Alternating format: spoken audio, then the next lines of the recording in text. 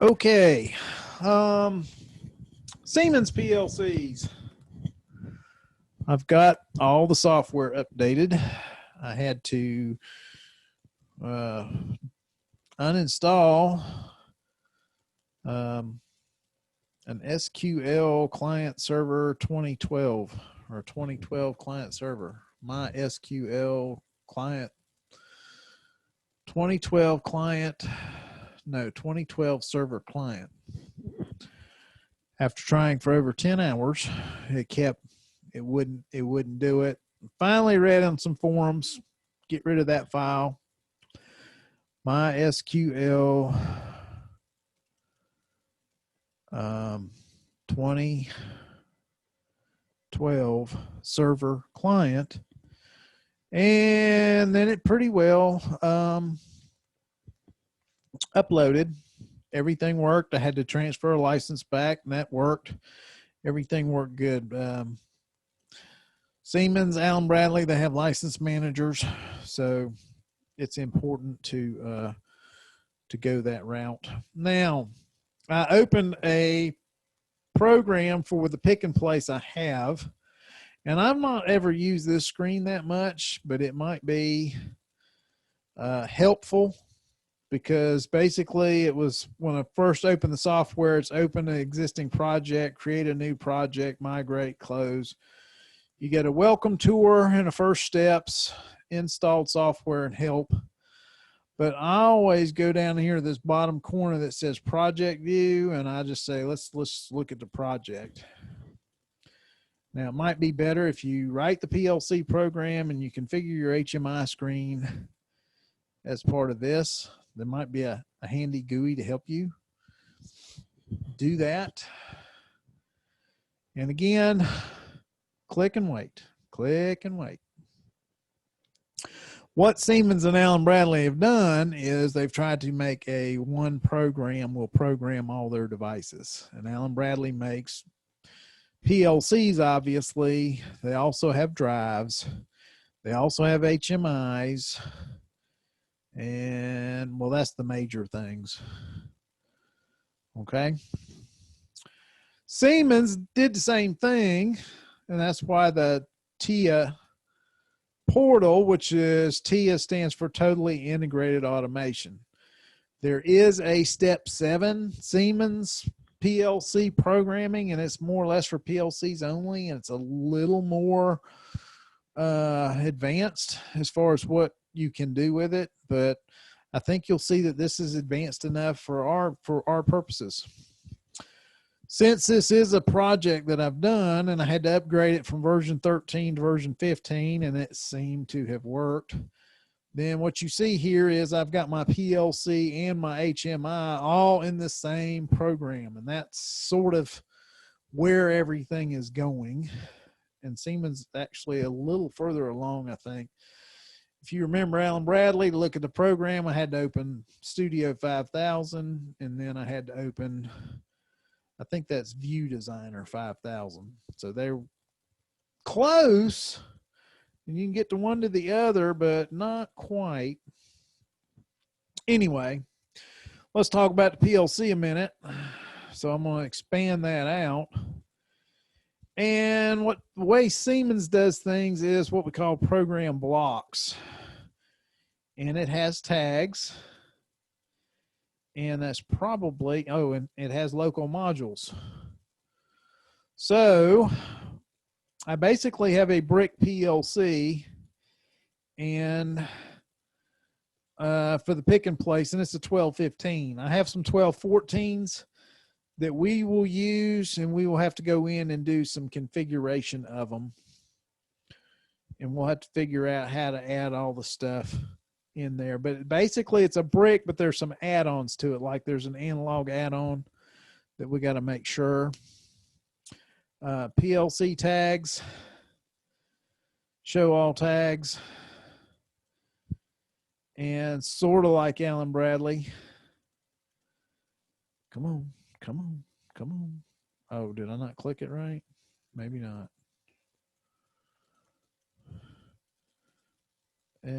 Default. Oh.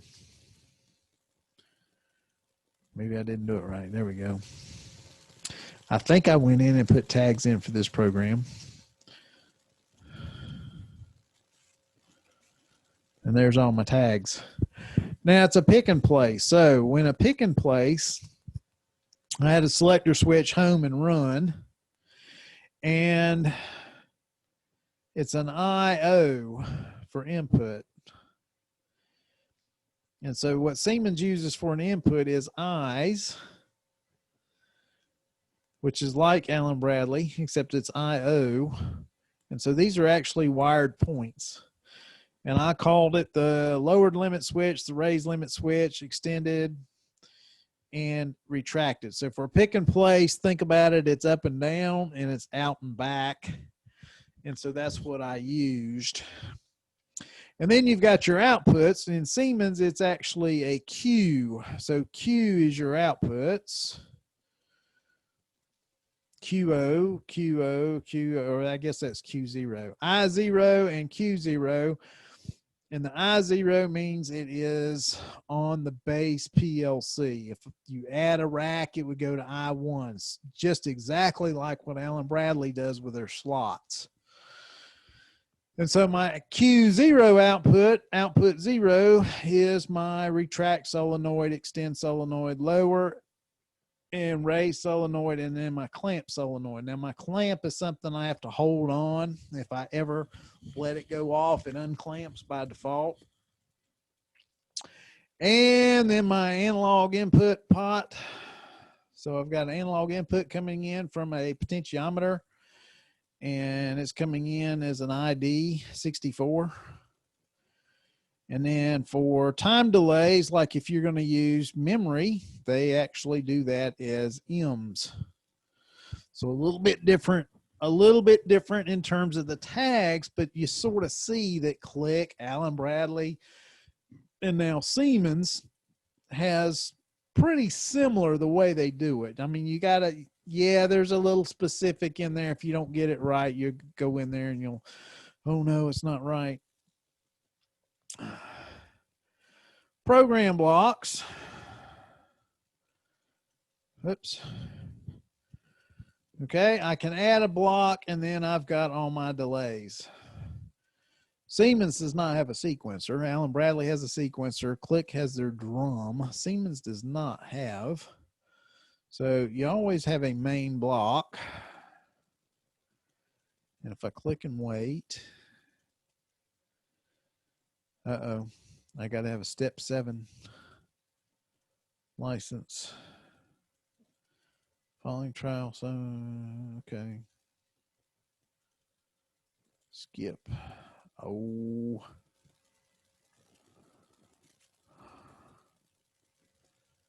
All righty. I've got some more license transfers to do to make this work. Good thing I tested this. Am I going to get the same thing? Okay, so I got to have step 7 professional license added. So I'm going to cut this video short and possibly come back after I get the license right. All righty.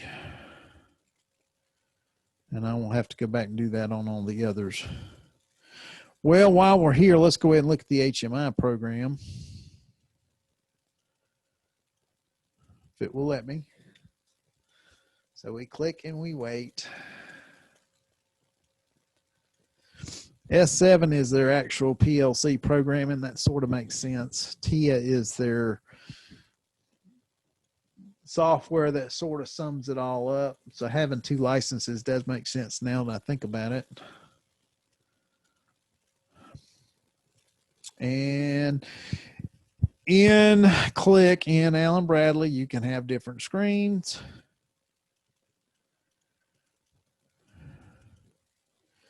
And you can have different HMI tags. So the PLC has tags and the HMI has tags. And then you can tell it to, I think you can tell it to get from the PLC. So let's see what the root screen looks like, or screen 0. And see if we can see it.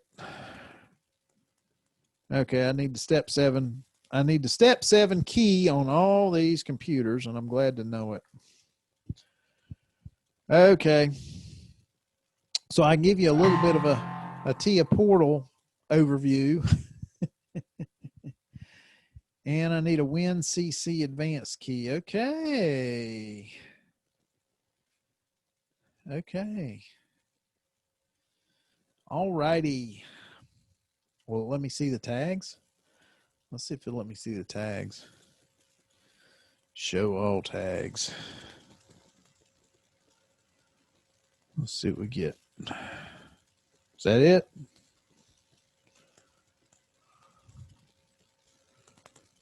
Nope. Need to step 7 again. Okay. Okay. Step 7 and WinCC. Got you. Got you. I'll do it. I'll do it. I promise I'll do it. Okay. So if I had all that, we would be able to see the program blocks. Will it let me see one of these other ones? I think I tried that already. It will not. Okay. So what I got to do is I got to minimize and something called the TIA License Manager.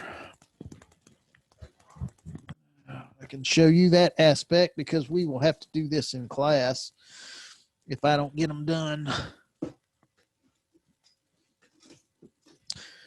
So it's showing me my license keys, and I put on the TIA portal key. So now other one. So I've got a license key disk, and there we go. So I need the step 7, right? Somatic step 7. Which one do I need? And there was one that was WinCC, was it not? If I scroll correctly. PLC sim. I did not do the simulation.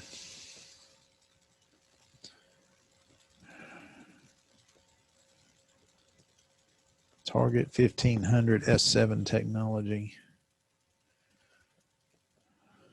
I'm not sure what license I need. And then the Ethernet one.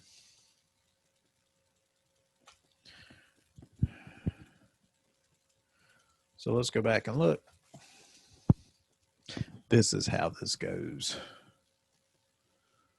So if I want to look at my main block, I need step 7 professional. Okay, so I'm going to skip that. Step 7 basic was not found. So license manager, step 7, you see a basic. I see one step 7 professional, and that came off of one, but did not go back on. So I may not have the right license manager. So let's do that and see what we get. Anyway, on the license manager, once you find out what you need, you right mouse click, you transfer, and you transfer to your operating disk C. You click OK. It did it. Notice it no longer shows up because I've actually moved it. And so now let's see. Can I look at a main block?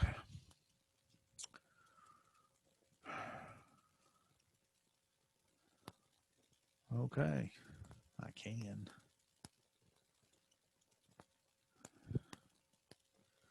Maybe.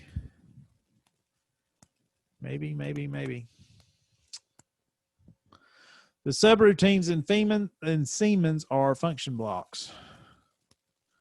So when I did a go home, an input word, and step delay. Those are actually function blocks outside the main block.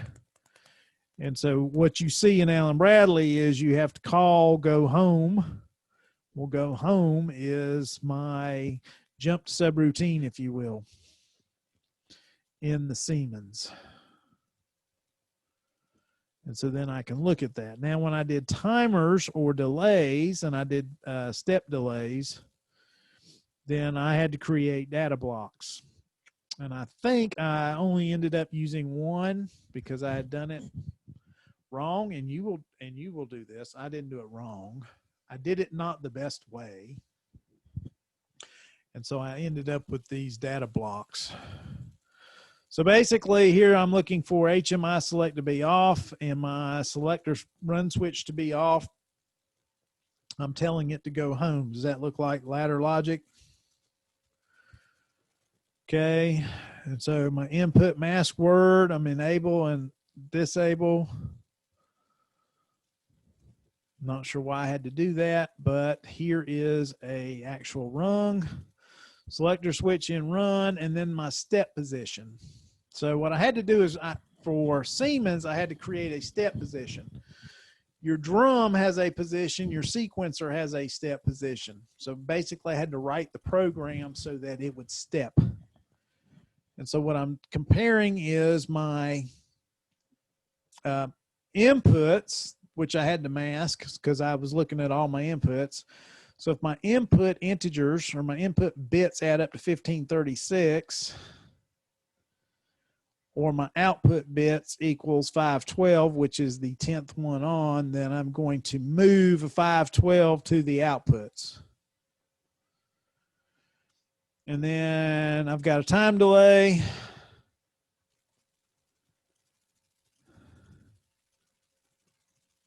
And then I tell it to increment my step position. So in step 0, I would go to step 1. So now I've got my logic for being in step 1. And basically what I'm doing is if my step position is in 1, which it would be because I just incremented it to 1, now I'm looking for my inputs to be equal to this. And if my inputs are equal to this, and then I would move a 1024 to my outputs. Now 1024 actually tells my pick and place to go down. It turns on that bit. So I think that's the 12th bit if you do the Boolean. And so I'm always moving it to my outputs. Then I have a delay to make sure it happens. And I think I use the same delay. And then I tell it to increment to the next step. So that's how I did a pick and place. So I had to know which everything or what direction I wanted every step to be in. Okay.